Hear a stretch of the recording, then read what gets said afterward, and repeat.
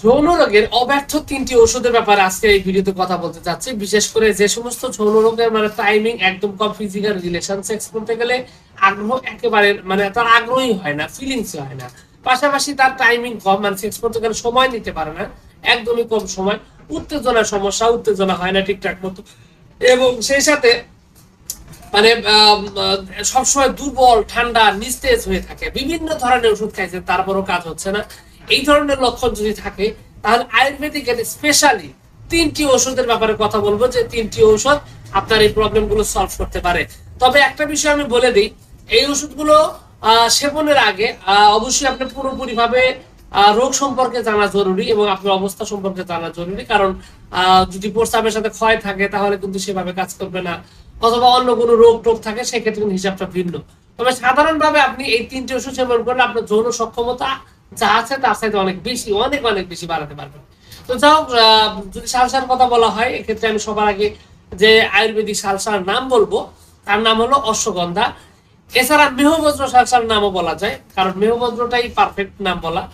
তো এটা কিন্তু খুব সুন্দরভাবে আপনার এই যাদের টাইমিং কম, উত্তেজনা কম, দীর্ঘদিনের সমস্যা, তাদের ক্ষেত্রে কিন্তু এই আপনার মেহবজ্র সালসাটা খুব গুরুত্বপূর্ণ, খুব ভালোভাবে কাজ করে এবং এই এই সমস্যা ইমপ্রুভ করার জন্য বিশেষভাবে কার্যকরী।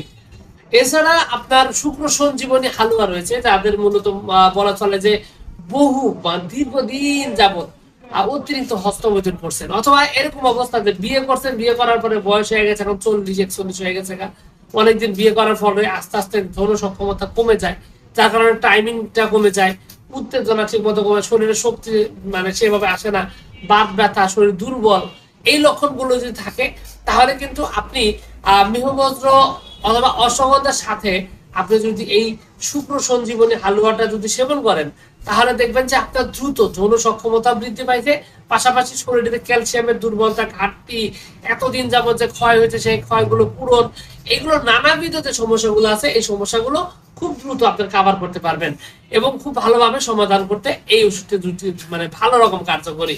এছাড়াও আপনি এখানে একটা ভটিকার কথা বলা যায়, তার নাম হলো কামিনী বিদ্রাবণ রস।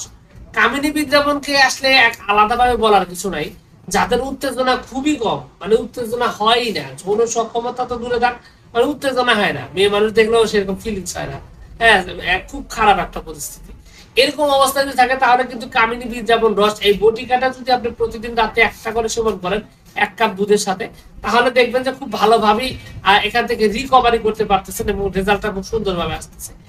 তো এখন বিষয়টা হলো, যেখানে মোটামুটি 3টে ওষুধের নাম তো বলেই দিলাম, এগুলা কিন্তু বেসিক ভাবে আপনার কাজ করবে, কিন্তু আপনার রোগ যদি পুরাতন হয়, দীর্ঘদিনের হয়, বহুদিনের হয়, অথবা অতিরিক্ত হস্তমৈথুন, অতিরিক্ত স্ত্রী সহবাসের কারণে যদি রোগটা বেশি পুরাতন হয়ে থাকে তাহলে কিন্তু আপনাকে অবশ্যই যে কাজটা করতে হবে, আপনার রোগের ব্যাপারে ডিটেলস বর্ণনা দিয়ে প্রয়োজনের সাথে ওষুধ, ভিন্ন ওষুধের প্রয়োজন হতে পারে, যেমন আপনার বৃহৎ চন্দ্রোদয় মগধস রয়েছে, হ্যাঁ, চন্দনা রয়েছে, হ্যাঁ, তারপরে আপনার আপনার আরো বেশ কিছু কামেশ্বর মোদক রয়েছে, এরকম অনেকগুলো আয়ুর্বেদিক ওষুধ রয়েছে, যে ওষুধগুলো আপনার রোগের অবস্থা, বয়স, রোগের পরিস্থিতি সবকিছু পর্যালোচনা করে সঠিকভাবে প্রয়োগ করলে খুব ভালোভাবে কিন্তু আপনি এখানে সমাধান পেতে পারেন এবং পাবেন বলে আপনি নিশ্চিত থাকতে পারেন। তো যাই হোক, সবকিছু মিলিয়ে এইটুকু ছিল আজকের ভিডিও। আশা করছি এই যে তথ্যগুলো দিলাম, এই তথ্যগুলো আপনার কাজে লাগছে, এবং আপনি যদি পুরাতন রোগী হয়ে থাকেন সেক্ষেত্রে আপনার হিসাবটা আমি বলে দিচ্ছি, সরাসরি যোগাযোগ করে রোগের অবস্থা বুঝে চিকিৎসা নেবেন। আর নতুন রোগী যদি হয়ে থাকেন তাহলে এখানে দেওয়া ওষুধগুলোর সাথে, লক্ষণগুলোর সাথে মিল রেখে সেবন করলে খুব ভালোভাবে সমাধান পাবেন। তো যাই হোক, সবকিছু মিলিয়ে এইটুকু ছিল আজকের ভিডিও। আশা করছি পুরো তথ্যগুলো আপনার কাছে অনেক অনেক বেশি ভালো লেগেছে। আর যদি লেগে থাকে অবশ্যই ভিডিওটিতে একটি লাইক দিন, আর চ্যানেলের প্রথমবার এসে থাকলে অবশ্যই চ্যানেলটি সাবস্ক্রাইব করবেন। কোনো প্রশ্ন, কোনো মতামত, কোনো অভিযোগ থাকলে কমেন্টস করে জানাতে পারেন। আর আপনাদের সকলকে অনেক অনেক ধন্যবাদ। আসসালামু আলাইকুম ওয়া রাহমাতুল্লাহ।